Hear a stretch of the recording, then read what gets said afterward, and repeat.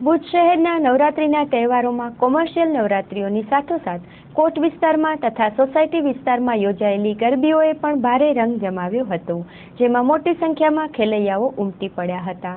આવો નિહાળીએ આ રાસોત્સવની એક ઝલક।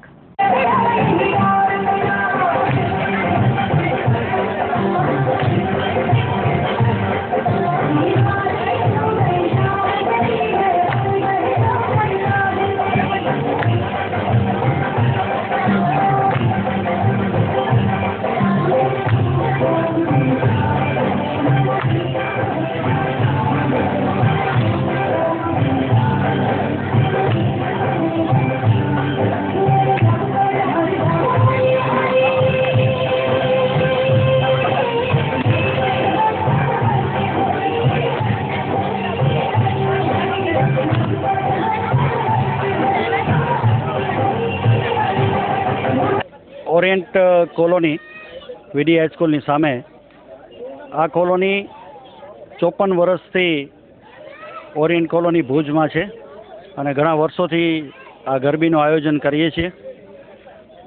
આ ગરબીનો ઉદ્દેશ એ છે કે આપણા ફેમિલીના લોકો એક ઘરના માહોલમાં રમી શકે એવું આયોજન અમે અહીંયા કરીએ છીએ। દરરોજના 2 રાઉન્ડ કરીએ છીએ। છોકરાઓ અને વડીલ બધા અમે અહીંયા રમી અને કોમ્પિટિશન પણ રાખીએ છીએ। ઓરિયન્ટ કોલોની ઓસીસી ક્લબ આ ગરબીનું આયોજન કરે છે। છેલ્લા 5 વર્ષથી અમે આ ગરબીનું આયોજન કરીએ છીએ। એમાં નાના બાળકો માટેનો રાઉન્ડ હોય છે, કપલ રાઉન્ડ રાખીએ છીએ, મહિલાઓ માટેનો રાઉન્ડ રાખીએ છીએ અને ખાસ તો અમે ભારતીય સંસ્કૃતિને અનુકૂળ એવા 2 તાળી અને 3 તાળીના ગરબા રાખીએ છીએ કે જેથી આપણી ભારતીય સંસ્કૃતિ જળવાઈ રહે। અને સાચું કહું તો ગોકુલધામ જે સોસાયટી છે એના જેવું જ અમારું અહીંયા તારક મહેતા કા ઉલ્ટા ચશ્મા જેવી જ અમારી સોસાયટી છે અને ખરેખર બધા ઉત્સાહભેર અમે આ આયોજન કરીએ છીએ।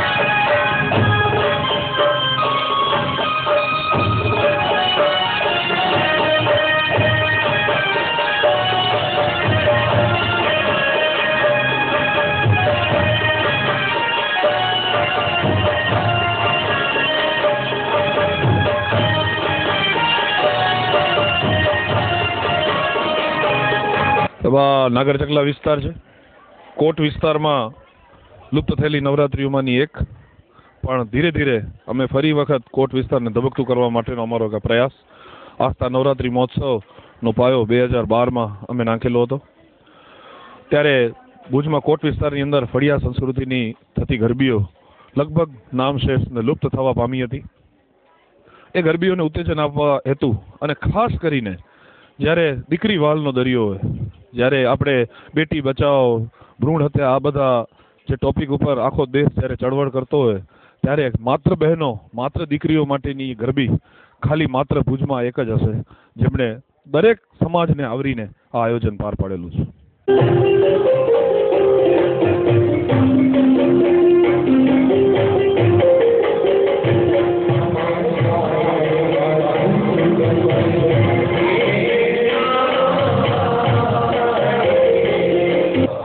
હાટકેશ કોમ્પ્લેક્સ ખાતે નાગર જ્ઞાતિ માટે અમે આ નવરાત્રિ કરીએ છીએ। આમાં આ નવરાત્રિ કરવા પાછળના ઘણા બધા ઉદ્દેશ છે। મુખ્યત્વે તો અમે મેઇન કે પ્રાચીન અને અર્વાચીનને સાથે રાખીને અમે નવરાત્રિ કરીએ છીએ। અને મુખ્યત્વે એ વસ્તુ છે બીજી કે આજે પ્રોફેશનલ નવરાત્રિ ઘણા બધા ચાર્જીસ લે છે અને ચાર્જીસની સાથે સાથે એમાં જે ખેલૈયાઓને સાચો રમવાનો આનંદ નથી મળતો હોતો, તે સાથે સાથે છોકરીઓની સેફટી પણ નથી હોતી। આ જો જ્ઞાતિના લોકો, જ્ઞાતિના છોકરાઓ જ આયોજન કરે તો જ્ઞાતિમાં અને જ્ઞાતિમાં જ છોકરાઓ અને છોકરીઓ ફ્રીલી રમી શકે, વડીલો ફ્રીલી રમી શકે, તેમજ બાળકોની અને છોકરીઓની સેફટી પણ રહે છે।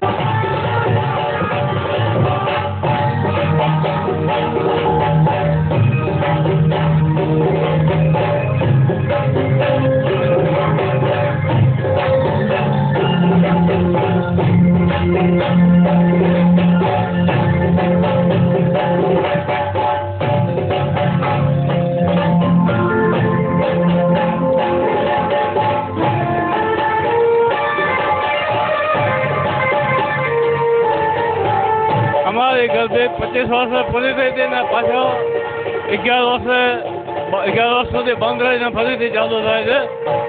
અને આ ગરબીનો અનુભવ એવો છે કે ભૂતકાળમાં જેવો માહોલ હતો એવો ફરીને સર્જાયો છે અને લોકો બહુ પ્રેમથી આવે છે અહીંયા. એમને જે જૂના ગીતોની એમને લગન છે એ સંગીત પ્રેમી માણસો ફરીને અહીં આવે છે. રમવામાં પણ એટલા જ હોંશી માણસો છે એ આવે છે એટલે અમને પણ આનંદ આવે છે એમને જોઈને. ડિસ્કો ગરબીમાં જે આજના આધુનિક ગપથી જે વાજિંત્ર વગાડવામાં આવે છે એનાથી ઘોંઘાટ વધારે થાય છે. આ ઘોંઘાટ જે છે અહીંયા બિલકુલ નહીં. શાંતિપૂર્વક રમવાનું, શાંતિપૂર્વક બધું સંગીત હોય